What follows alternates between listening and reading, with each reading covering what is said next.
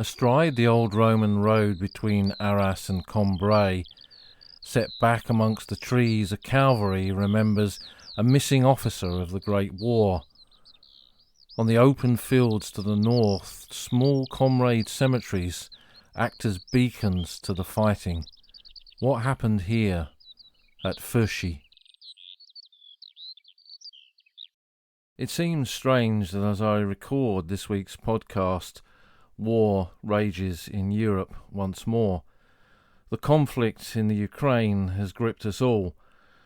The past is the lens by which we see the present. It doesn't always give us understanding, but it can give us hope, it can give us insight.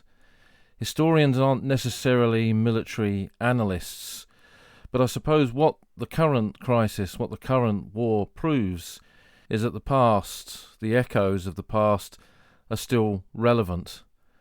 The Ukraine had a complex history in the Great War.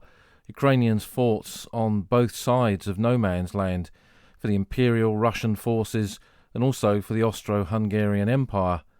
Some years ago I researched the role of British troops in that area of what was then the Eastern Front of the Great War. The men of the Royal Naval Air Service and the Armoured Car Squadron that served there fought in the western Ukraine. This was for a television programme that sadly was never made. But it shows us how rich the history of the Great War is and how far-reaching it is in so many ways. More than a century ago, news took some time to filter back from the battlefield, but today we get it almost instantaneously through social media. But what modern reporting does is show us that war is real, war is cruel. And those of us who visit the battlefields of the Great War, and I know many of the podcast listeners are out there now visiting the Western Front, you can't help but walk around those cemeteries of the Great War and reflect not only on the past and the losses of the past, but on your own life and the modern world as it is now, and how all that we see as we walk the old front line, it still has relevance. It's not locked in a past. It echoes down the century and perhaps gives us greater compassion, if that was needed, for the situation in the world as it is now. But we'll leave modern times to one side and we'll return to those battlefields of more than a century ago as this week we travel to the ground around Arras.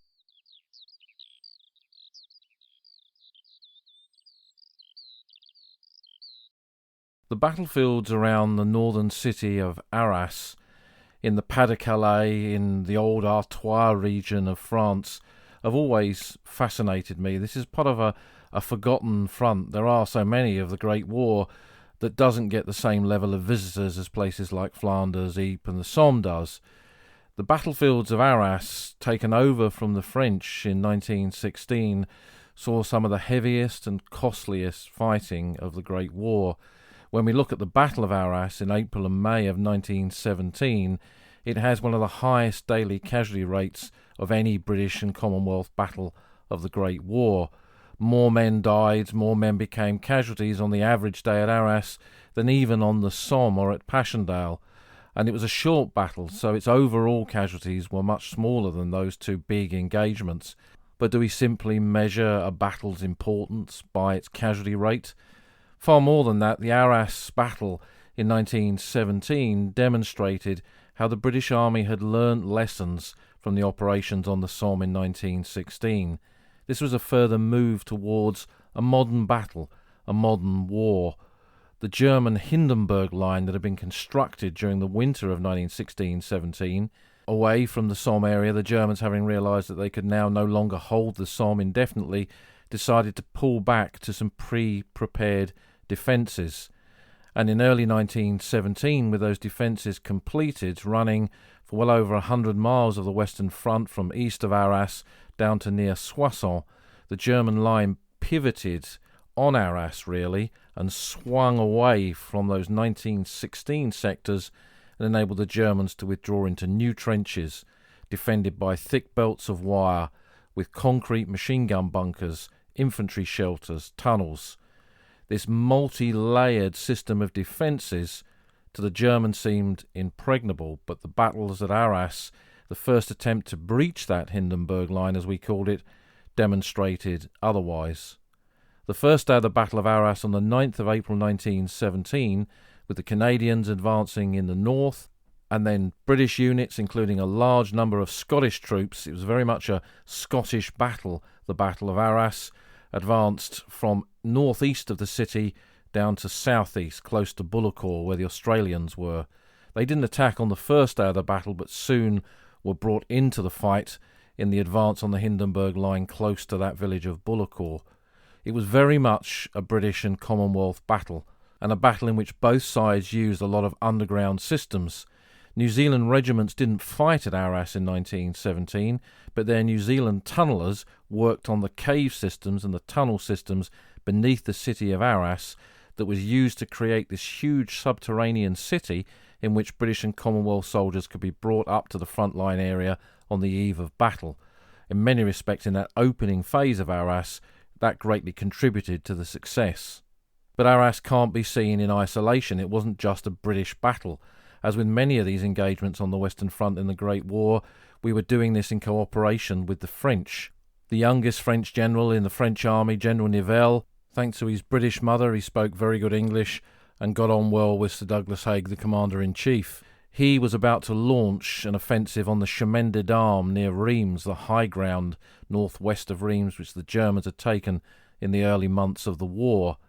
That offensive, which I'm sure we will come back to many times on the podcast, we don't really need to go into too much detail here, but it saw the advance of French troops and the first French use of tanks with limited success. In many parts of the line, the French suffered horrendous casualties, and the battle broke down. And the Battle of Arras, which part of this joint offensive, became less of an attempt for the British to break through at Arras and the French to break through on the Chemin des Dames. Much more, it became a battle to draw German forces away from the potential collapse of the French army near Reims and draw them into the Arras area, and it became that great slogging match which resulted in those tremendous daily casualty rates.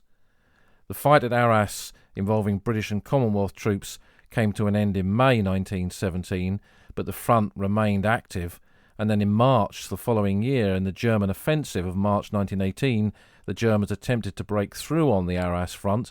Some ground was taken, but nothing like that was taken on the Somme further south, and with the holding of the Vimy Ridge sector, the Germans were stopped and Arras was saved. In August 1918, the Canadian Corps moved up from the Somme, and at the very tip of the spear in this sector, the Canadians advanced from just outside Arras all the way to Cambrai and indeed beyond. So Arras was an important battlefield, and even in the static months of 1916, when the Battle of the Somme was being fought further south, unit after unit passed through there. The average British soldier, the average British and Commonwealth soldier on the Western Front, passed through Arras probably multiple times during his service, and it was a name very familiar to them, as familiar to them as Albert on the Somme, Popperinga in Flanders, or the fighting around Ypres.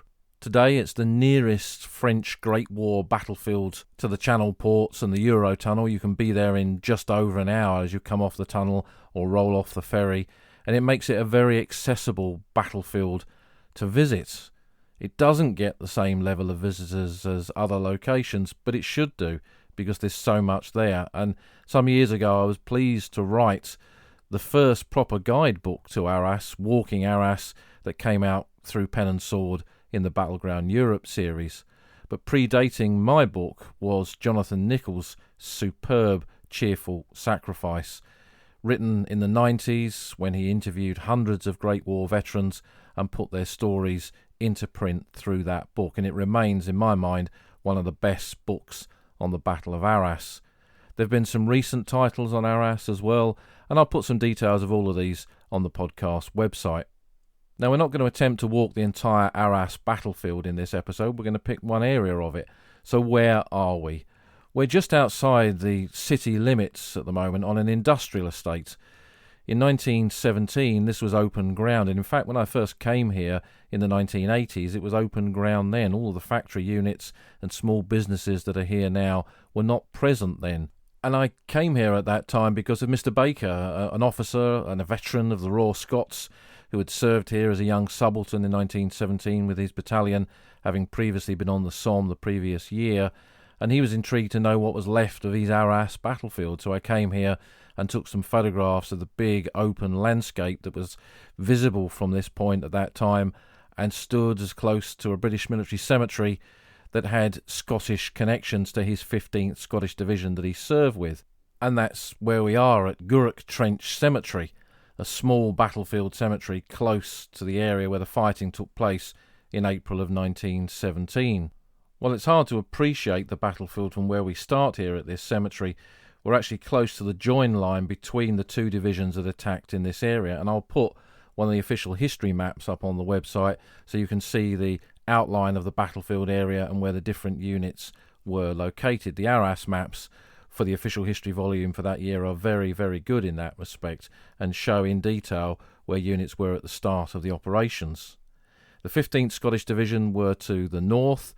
Their sector was bordered around the Arras to Lille railway line that went up through Lens and Douai, and again I often say this on the podcast, it's quite a good journey to take today, to take a different perspective from the train travelling across this ground. And then to the south, coming down towards the Arras-Cambrai road, was the 12th Eastern Division. Now the 12th Eastern Division and the 15th Scottish were both Kitchener's Army units, so they were units raised as volunteers in 1914, following that call from Lord Kitchener, Secretary of State for War, for 100,000 volunteers. By the end of 1914 he gets nearly 1 million, and these two formations very much reflect the type of units that were created at that time. The 15th Scottish Division, made up of Scottish regiments, some of the famous regiments like the Royal Scots and the Highland Light Infantry and the King's Own Scottish Borderers. And the 12th Eastern Division was very much a home counties division. It gets its title Eastern because the army was split up into pre-war command areas, so groups of regiments had district commands that were responsible for the administration and the kind of record keeping of the units that fell within that command. So the Eastern Command was made up of these home county regiments. So the 12th Eastern Division has Royal Sussex Regiment in it, the Suffolk Regiment, the Norfolk Regiment, the East Surrey Regiment, the Queen's Royal West Surreys, and so on. You can get an idea of the kind of composition of this division. And so originally those battalions, not quite POWs battalions, but drawn from areas of those different home counties, were brought into it and formed this division. Now both the 12th Eastern and the 15th Scottish had fought at Lewes, then in the battles around Lewes in early 1916, then moved down to take part in the Somme. Both of them had spent quite some months fighting in the Somme area. The 12th Eastern around Pozières and Overlers, and the 15th Scottish Division around Martinpuy and the ground between Martinpuy and High Wood, involving the first use of tanks, for example. But by early 1917, these divisions reflected the changing role and the changing composition of the army, in that while there were still quite a lot of original early war volunteers in the ranks of the battalions within these formations, men perhaps now promoted because of their battlefield experience, increasingly the ranks were made up of conscripts. Conscription had come in 1916. The first conscripts had begun to arrive on the Western Front in October and November, and by the time of the Battle of Arras, the army was increasingly becoming a conscript army and would remain that way for the rest of the war. So Gourock Trench Cemetery, Gourock is the name of a town in western Scotland, and it's connected to the Scottish units in the 15th Scottish Division as to how the trench got its name. It is a battlefield cemetery created during the early phase of the advance on the 9th of April 1917. By this stage, again, you begin to see divisional burial officers burying the dead at locations like this, and it was used extensively at that time by the 12th Eastern, 15th Scottish, and then later the 37th Division, who took on the advance from both those divisions and continued that advance eastwards towards the far village of Monchy-le-Preux, way behind the German lines. One grave was added in March 1918, and then some Canadians in August 1918, because the Canadian Corps, as we mentioned earlier, came up here to take part in the advance in this sector at that time. There are 40 British burials here, 4 Canadian, and 4 who are unidentified. So the vast majority of the dead in this small battlefield cemetery are known. When you walk amongst the rows of graves that are in here, one thing that comes across very strongly is a large number of men from the Royal Fusiliers. There were 2 Fusilier battalions in the 12th Eastern Division, the 8th and 9th, and they took part in the attack here on the 9th of April 1917 and buried some of their dead. Alf Rozelle, one of the most incredible Great War veterans that I ever met, served here with the 8th Battalion of the Royal Fusiliers, having previously served at Luz and on the Somme, and then he went on to be captured near Pelves on the 3rd of May 1917 during the latter fighting at Arras. In those final years of his life, Alf came back here on many occasions, brought by John Nichols, who writes about him extensively in Cheerful Sacrifice, and he appeared, Alf, on that classic Great War documentary in the 90s, A Game of Ghosts, which I've mentioned a few times on the podcast, and if you go back through the podcast website, you'll see the YouTube links that I've put on there too. It's well worth having a look at. Alf, like many of the Great War veterans that I interviewed, could never remember the names of everybody that he served with. A lot of them, they had nicknames like Smudger, Chalky, Titch, and he didn't really know or couldn't remember what their actual names were, but he said that whenever he came back, he always reflected when he saw the graves of men from his regiment. Had he stood in a trench with these guys? Had he been in training with them? Had he gone over the top with them at Luz or on the Somme? These were his thoughts. These were the things that went through the mind of a veteran when he came back in. He said it was a good thing for him to do. He somehow reconnected with these men. And I tried to get many of the veterans that I ended up interviewing to travel back to the battlefields. I often felt that it possibly could have been a good experience for them, but some were reluctant. Malcolm Vivian's a good example. He said to me, I want to remember it as it was then, not as it is now. And he was even reluctant to see some of the photographs that I'd taken when I'd gone round to some of the places where he'd fought. I guess for each of them it was different. Some could confront it like that by visiting, others could not. But it's places like this that when I come to them, they do provoke memories of what it was like to talk to those veterans, and you realise how lucky you were to get that perspective. And like Alf looked for his lads, his fellow lads in the Fusiliers, being a Sussex boy, whenever I come to a cemetery I always look out for the Garter and the Russillion, the plume of the Royal Sussex Regiment cap badge, and in here there's quite a few men from the 7th Battalion, the Royal Sussex Regiment, who served alongside Alf and his Fusiliers in the 12th Eastern Division. They buried some of their dead here from their part of the attack on the 9th of April 1917. It was a battalion at that stage commanded by Lieutenant Colonel Sansom. He was a head teacher from Hastings in Sussex, who had originally served with the Cinque Ports Battalion and had given up his teaching position to go to war. He was a much older man and could easily have got a job at the base or back home in a reserve battalion, but chose to stay with the unit that he'd given command of.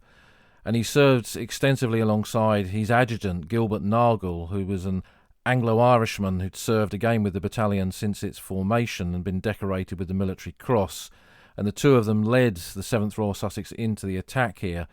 Arras would see one of their greatest achievements in their role of commanding this unit, but it would be their journey's end because both of them were killed at Monchy a few months later and rest side by side in the large Faubourg-Damiens cemetery close to the Arras Memorial in central Arras itself. When Sansom died here at Arras, he had a letter in his pocket from the War Office finally releasing him from his obligation of frontline command and sending him home to his wife. His wife, broken by the loss of her husband, published a very moving volume of his letters after the war, which is now quite a rare book. It's one of those that really should be reprinted. But all of these characters, they weave through these cemeteries one way or another. They're not buried here, but the men they commanded are, and this is what connects us with these great stories of the First World War.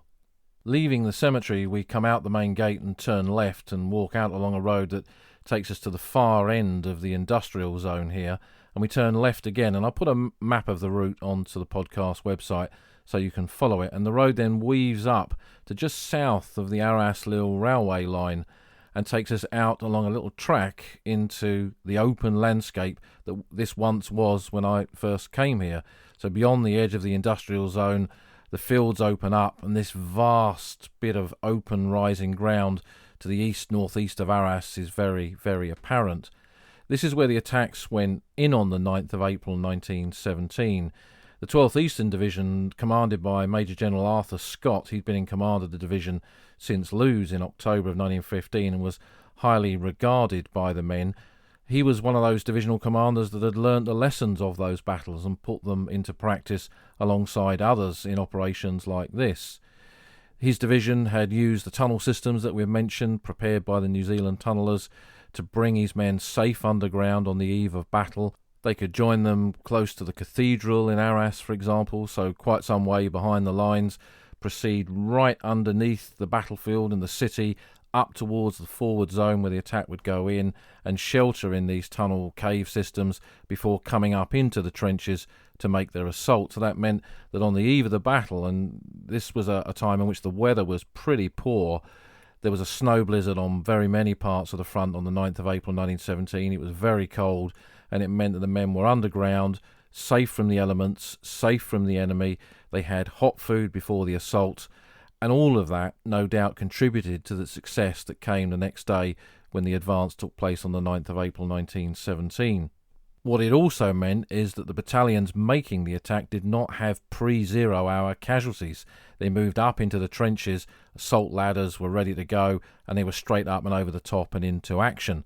And the increased use of artillery here, the developments in wire cutting using shrapnel, meant that the advance moved very swiftly. The plan was to advance through 3 lines, take the German front line, advance to a black line, which was a line drawn on the map showing one of the objective lines, and then a blue line objective. And all of these ran north to south, coming south from the railway line down towards the Arras to Cambrai Road. And the final objective, that blue line objective, ran down to the area close to Feuchy. And Feuchy Chapel was a position marked on the British trench maps, a small hamlet on the Arras-Cambrai road, but very much parts of the divisional operations here in April 1917, and the advance on the next village beyond that, which was the village of Monchy-le-Preux, that sat on some of the highest ground east of Arras, and whoever commanded that would command much of this part of the battlefield, and both sides knew that, and it was an objective on the first day of the battle, but it wouldn't be reached until later on in the operations, and then there would be some pretty heavy fighting around that village. But we're concerning ourselves with the initial operation here, going from the start line where we've begun at Guruk Trench Cemetery down around to the area close to the Feuchy Chapel. And not only were they assisted in this advance by the artillery, a massive machine gun barrage was placed on the German positions here by 24 Vickers machine guns employed by the brigade machine gun companies and the one that was now the extra company that was part of the divisional assets. So a lot of these heavy machine guns could be employed like this, and it was something that was increasingly being used. And that connects me again to one of the Great War veterans that I knew, George Coppard, who wrote the fantastic With a Machine Gun to Comrade. Quite a lengthy chapter of it relates to the fighting here. And George Coppard, I got to find out that he was living not far from me, so I went to go and see him and interview him. He was awarded the military medal for his bravery, and he proudly had his medals with him. And I discovered recently on Twitter that his medals are now in the Royal Armouries at Leeds, so I've got to take a trip up there to go and see them. George was quite a young soldier, really, but his memoir, An Ordinary Soldier's Memoir of the Great War, does remain one of those classics. And again, I'll put a link to it on the podcast website. And to give you some idea of what the advance here on the 9th of April 1917 was like, this is the account from the excellent regimental history of the 7th Battalion, the Royal Sussex Regiment. It was then that the full effect of the preliminary bombardment was realised, for little, if anything, remained of the enemy wire and trenches. In the darkness and smoke it was extremely difficult to find our way, and the ground bore no resemblance to the neat trenches over which we had practised so carefully. We met with very little opposition from the dazed enemy, and gained all the objectives up to time. A and B companies entered the front line trench together, and finding little resistance, went on to the 4th line. And this wasn't an untypical experience of the units that advanced on that first day of the Battle of Arras. This wasn't the 1st of July 1916, the first day of the Somme. It was a very different kind of battle. There were areas where there were problems, and there were areas where there were heavy casualties. But on most parts of the line, there was some success. And one of the things that they began to employ at this stage of the conflict was leapfrogging troops. Rather than make one battalion take all of the objectives, One unit would take one area, another unit would pass through them to take the next area, and another unit would pass through them to take the final objective. And that meant that you were always sending fresh troops into an assault they had behind them, other troops that could back them up if things went sideways, and you then, once you'd taken ground, always had reserves behind you in case the enemy counterattacked. And this would be common practice as the war moved on. So as we take this path along the northern edge of the fields close to the railway line, we can get a sense of the ground over which they advance, how open and exposed it is, and how far they advance compared to some of the operations on the Somme the previous year, because we're seeing ground over which the Sussex and the Fusiliers, and then beyond them the Suffolks, would continue with the advance.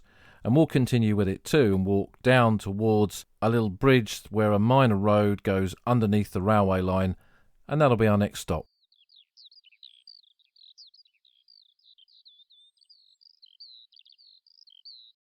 This position was marked on British trench maps as Spider Corner and Battery Valley. The track swings round to our right at this point, and we can see a steep embankment to the left of it.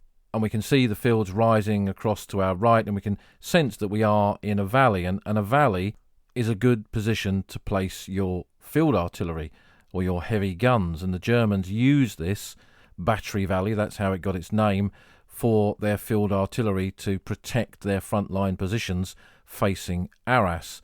And their gun positions would have been here since the very development of this part of the front in 1914 and some of the minor engagements around Arras involving the French in 1915.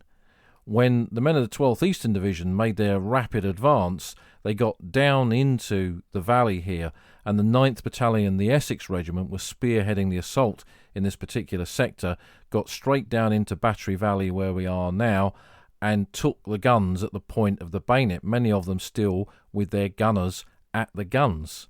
And this is a contemporary account of the action here.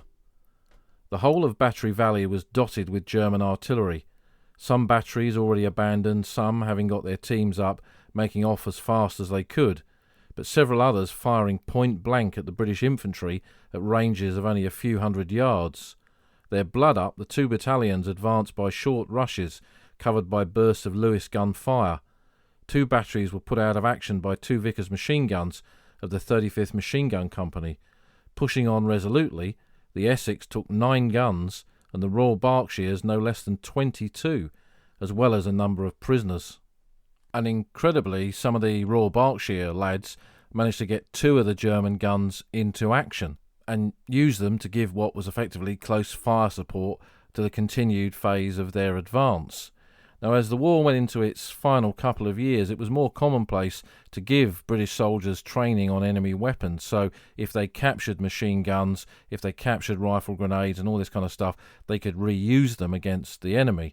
I'm not sure it was common practice to teach infantry soldiers how to use artillery, but obviously there were some enterprising characters in the Royal Berkshires, and they got these guns into action and used them, probably one of the few occasions in the war in which that happened.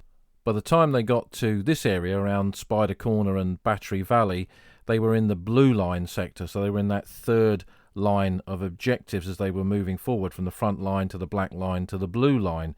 And to the south, we can't see it from where we are, is Feuchy and the area around Feuchy Chapel. 0 hour had been at 5:30 in the morning on the 9th of April 1917, and they'd reached this area by 1:15 in the afternoon. So again, we can see how in terms of some of the previous battles of the Great War, Arras in most of its sectors was quite a rapidly advancing battle, and there was some success. As with all battles of the Great War, often that success broke down when reserves were too far back and positions were not exploited.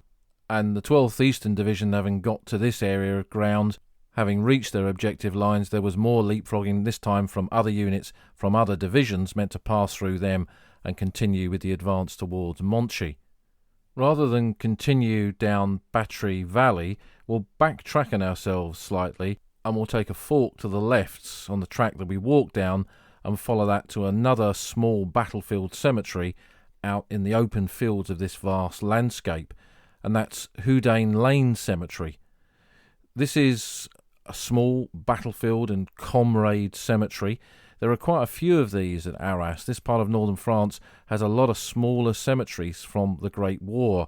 We're used to the large ones down on the Somme, Serre No. 2, or Delville Wood, or the London Cemetery and Extension, up here at Arras, the Faubourg d'Amiens Cemetery, and some of the other larger cemeteries. But across the landscape here, there are a lot of these tiny burial grounds, and I think it gives the battlefield a bit of a distinctive feel, really, because these cemeteries act like beacons on this landscape, on all of the Great War landscapes.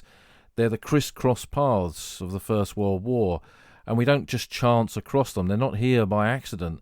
They lead us to the events that took place here more than 100 years ago.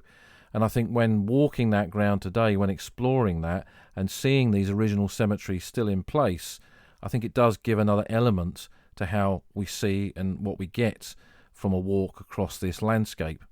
This cemetery is another one named after a trench that was here and was captured on the 9th of April 1917.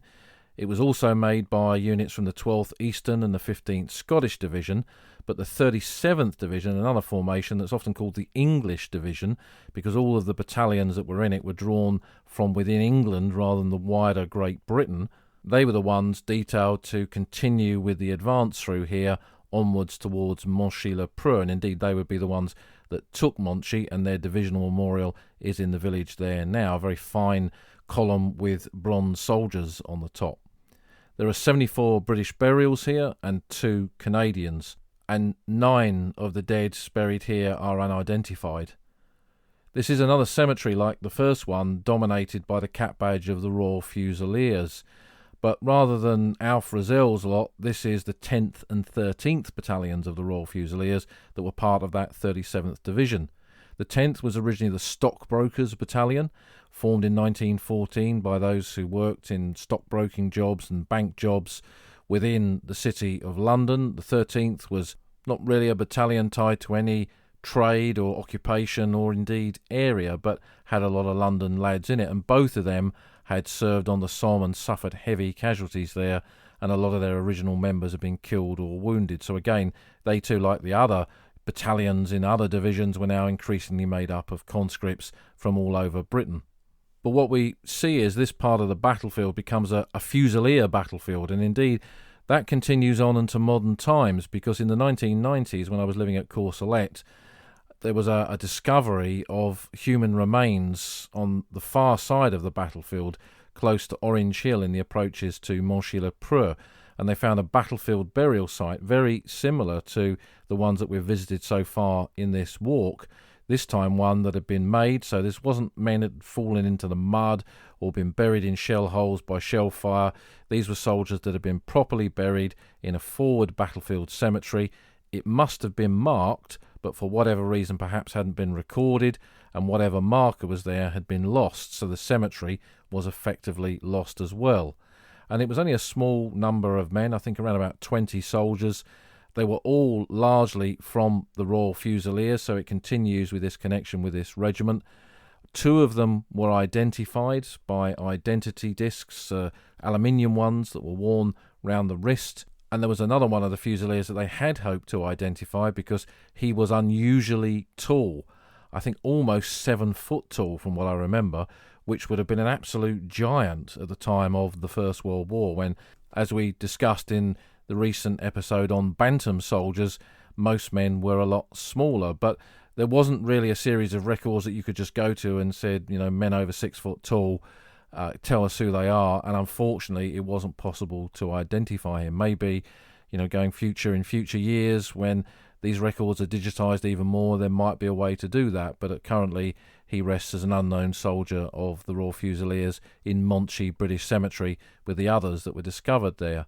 But it's a way of kind of connecting the dots up and these beacons of the landscape when we see the 8th and 9th Fusiliers at Gurrock Trench, the 10th and the 13th Battalion lads here at Houdain Lane Cemetery, and then go to see those Fusilier graves at Monchy-le-Preux. To me, once more, all part of these criss-cross paths of the Great War.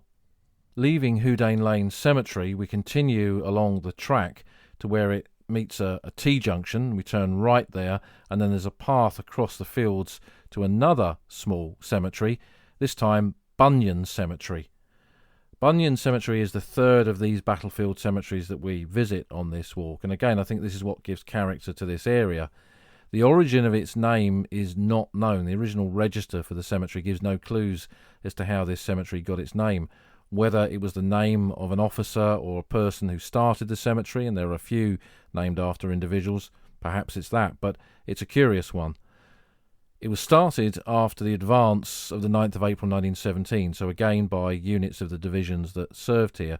The infantry were buried in one plot of the cemetery, what is now Row A.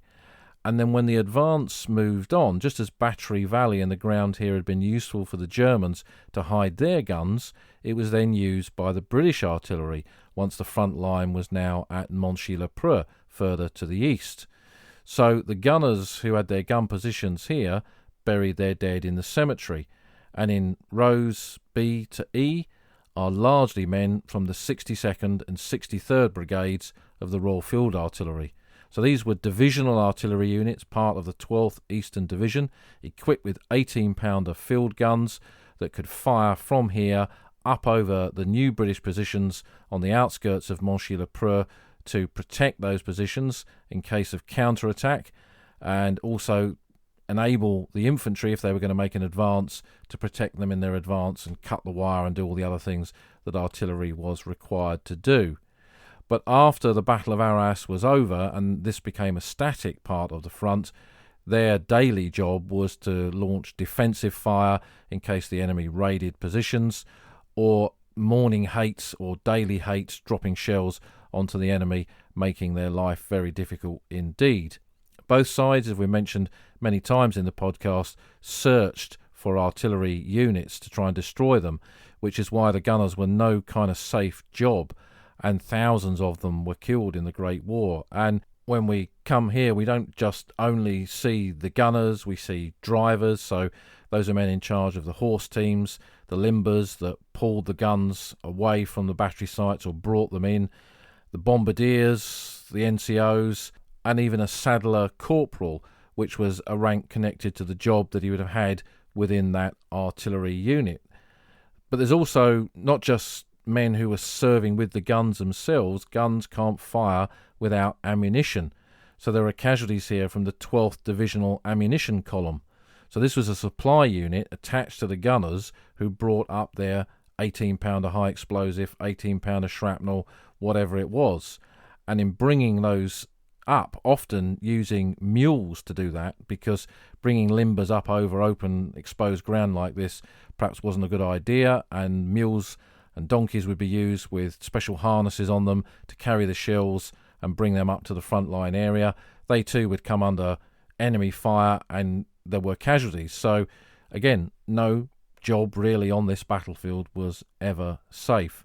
And that makes this quite an unusual cemetery, Bunyan Cemetery, in that most of these battlefield cemeteries tend to be from the PBI, the Poor Bloody Infantry, who are doing the fighting. Here it's a cemetery where the predominance of graves are from the gunners, the supporting arm. And it's probably, in fact, I can't think of another cemetery where it's quite like this, where we've got so many men from specific artillery units in the same division who are buried in one big plot. Often later on a cemetery like this would be expanded and that kind of identity would be lost, but here it's been preserved. So Bunyan's, in some respects, is a gunner's cemetery. And I know many of you listening to the podcast always like it when I talk about the artillery, because it's a key part of the battlefield and a key part of the battles of the Great War. But it was a big arm of service within the British Armed Forces and the Commonwealth Forces in the Great War, and such an important one, but many of you have connections to it through your own ancestors. And sometimes when you come to the battlefields of the Great War, there isn't always the memorials and the cemeteries connected to these type of men. So it's interesting to come to this one and see that very vividly when you walk in through the gate and you see the cap badge of the artillery dominating the burials that are here. But leaving Bunyan's cemetery behind, we're going to return to the track and continue with our walk to Feuchy.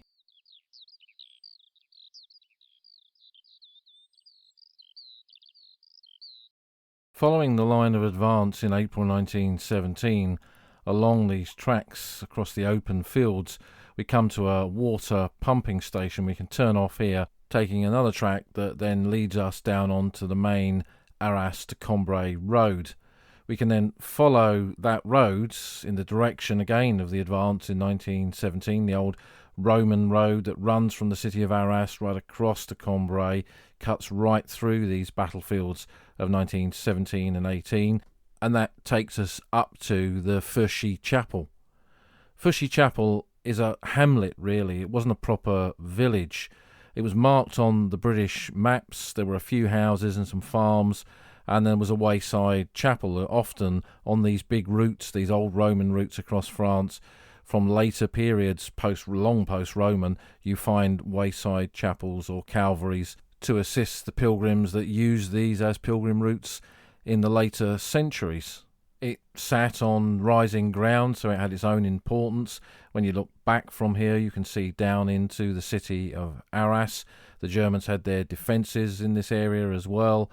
And on the 9th of April 1917, the first day of the advance, Lieutenant Colonel Cooper's 7th Battalion of the Suffolk Regiment advanced down here and took this position on the main road. Now what we've come to see here is amongst the trees that are just astride the main road now, opposite a cafe and a trucker's stop. And what we've got here is a private memorial of the Great War to an individual killed here who has no known grave. It's quite a large ornate calvary with plaques on it set in the little area of woodland, and it commemorates 2nd Lieutenant Henry Rowland Isaacs. It's one of a large number of private memorials that exist on different parts of the Western Front battlefield. When the war came to an end and the families wanted to commemorate the dead, at that stage there was no clear idea of how the dead would be commemorated and no idea how the missing, those who had no known grave, would be commemorated, and some families with money stepped in and built their own memorials, and the Isaac family did that. Henry Rowland Isaacs was born in 1897. He was from Croydon, just outside London, and he was the son of Joseph and Pauline. Joseph Isaacs was the first cousin of the Marquis of Reading, and Pauline was Belgian. Henry Rowland Isaacs was their only son, and when he was killed, like many families, no doubt that completely broke them. Even worse, that when he was killed, he was originally reported as buried here with other officers and men of his battalion. So when the war ended, they tried to visit his grave during the war, but because of the fighting here, particularly in 1918, that was not possible. But when the fighting ended and it was safe to come over, they'd anticipated coming to find his grave, as many families under these circumstances did. But there was no trace of a grave. The fighting in that final year of the war had perhaps destroyed any trace of where a grave had been. And even if search parties had looked here, and I don't know if there's any records to show that they did, it was not uncommon to find absolutely nothing. You read this story again and again. The pummeling of ground like this by artillery fire destroyed field graves and destroyed any chance of proper commemoration, sadly, for these men. So what the Isaacs family decided to do, is they knew that he'd been buried here, was to build a memorial, their own memorial. And during the war, the family were Roman Catholics. The father had actually tried to have the body removed during the war and taken to Lourdes for burial. But what they did instead was to build a not untypical Catholic-style Calvary in his memory, and that's what we've got here to this day. So in 1920, this ground was bought, the woods were planted, and the family, Joseph and Pauline, obviously wanted to remain connected to where their son had died, wanted to stay close to where he'd once been buried, because they bought a house in Arras as well, at the 11 Rue de Beaufort. It's a house that is still there. It's quite a big house, and I don't know how much time they spent between Croydon and Arras and how much time they spent here on the ground, but in that interwar period, we know about the British community up in Ypres, but there was quite a big British community in Arras as well, and no doubt they were part of it. But of course in 1939 another war develops, and they weren't in France when the Blitzkrieg came. They went back to Britain. Joseph died in 1942. I've read in one account that he died in an air raid, but he's not listed on the civilian war dead register for the Second World War, and Pauline died in the 1950s. It doesn't appear that after World War II she ever returned to Arras, returned to see her son's memorial again.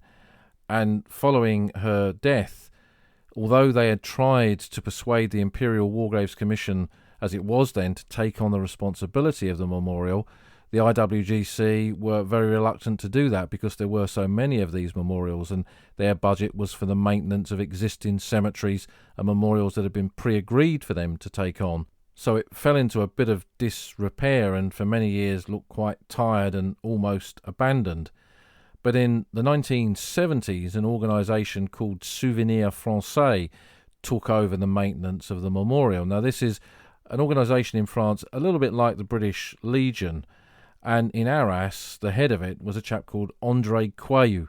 André was the station master in Arras, a well-known person within the city, and he had a fantastic private museum in his house, a museum of both world wars, with some truly incredible artefacts in his collection.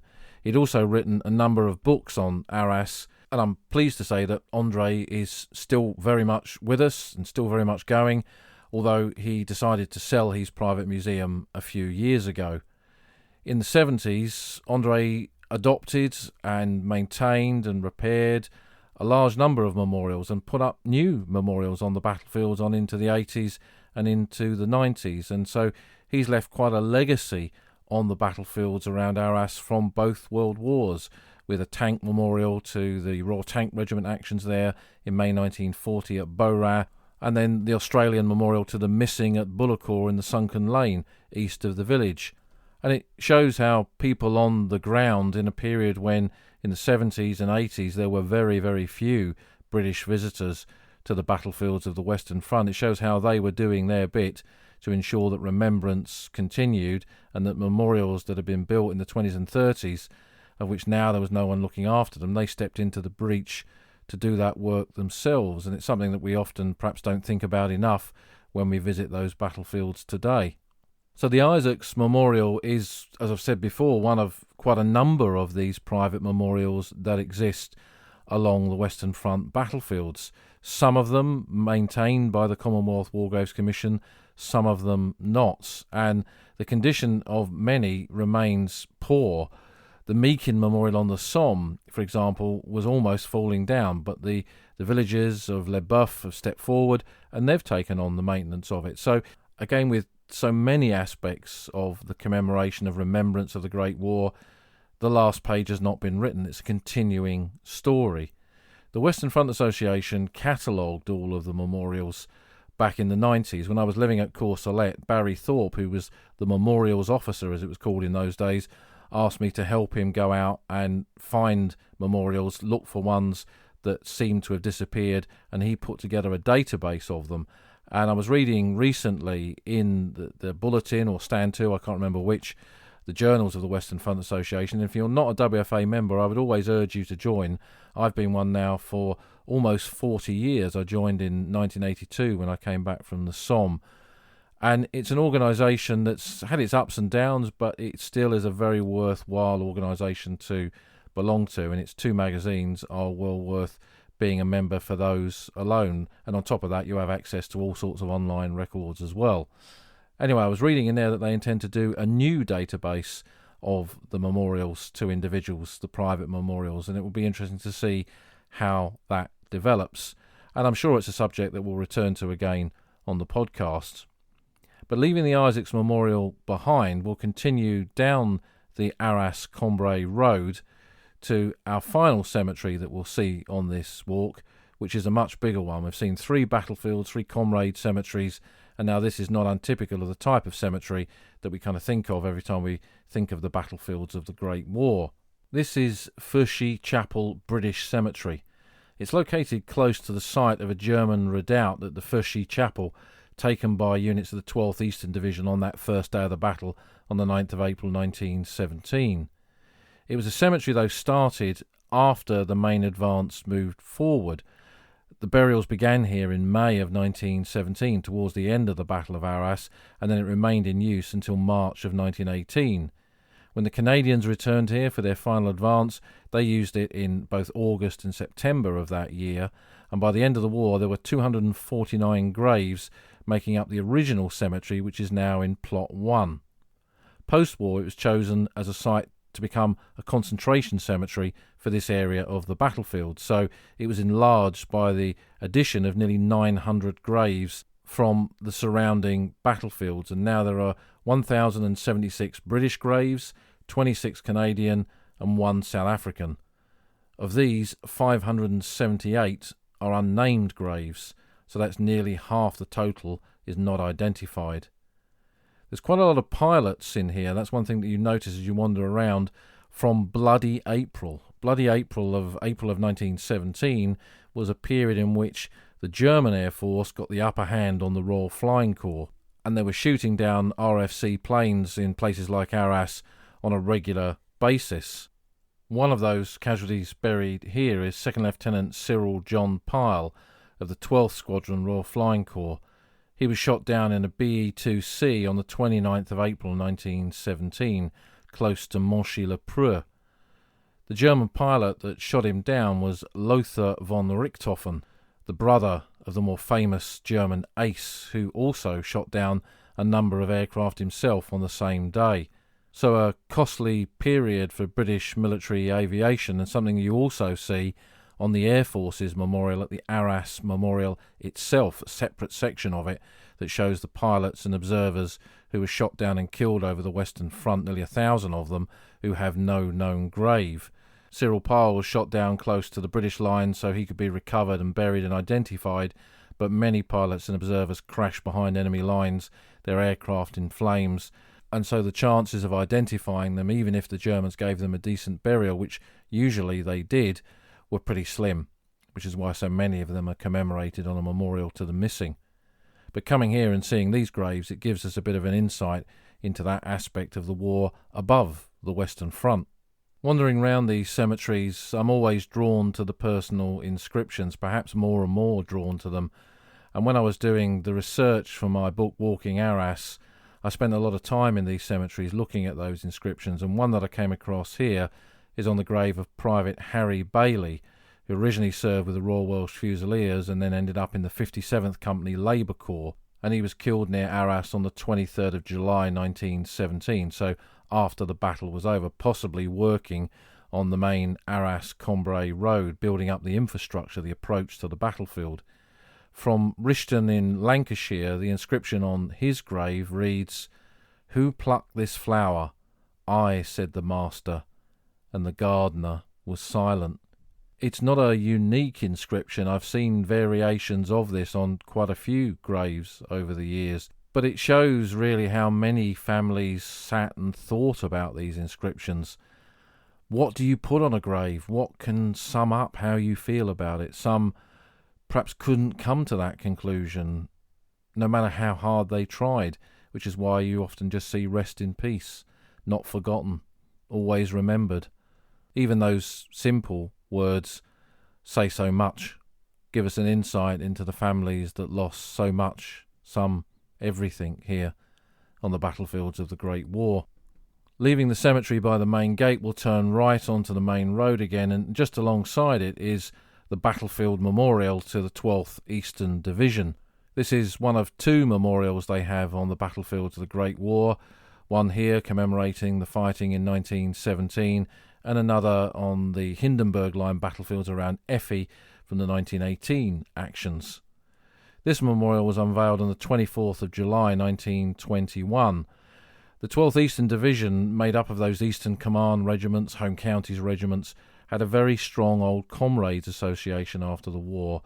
And what's interesting is when units like that have a good old Comrades association, they often publish a divisional history, which this division did. It's a very good one. And then there's often a connection between that and the construction of a memorial on the battlefield, or memorials in this case. So it's interesting how these things collide and how they connect.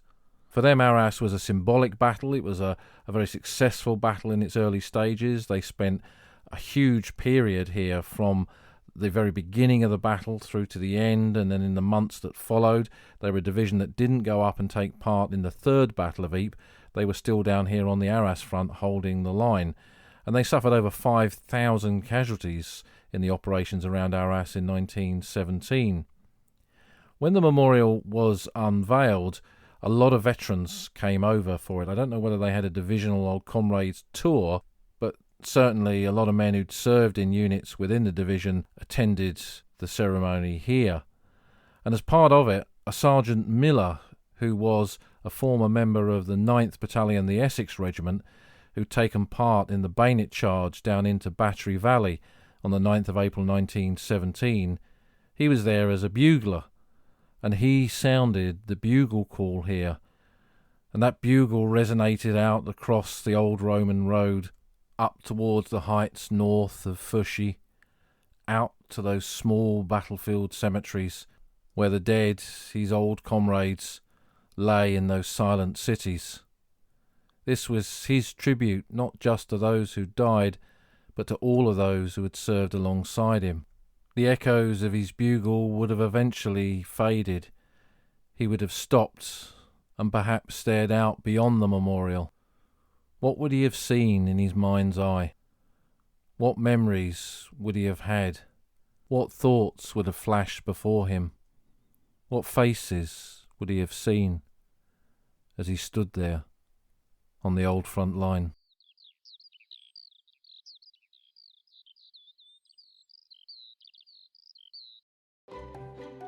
You've been listening to an episode of The Old Front Line with me, military historian Paul Reed. You can follow me on Twitter at Somcor. You can follow the podcast at Old Frontline Pod. Check out the website at oldfrontline.co.uk, where you'll find lots of podcast extras and photographs and links to books that are mentioned in the podcast. And if you feel like supporting us, you can go to our Patreon page, patreon.com/oldfrontline, or support us on Buy Me a Coffee at buymeacoffee.com/oldfrontline.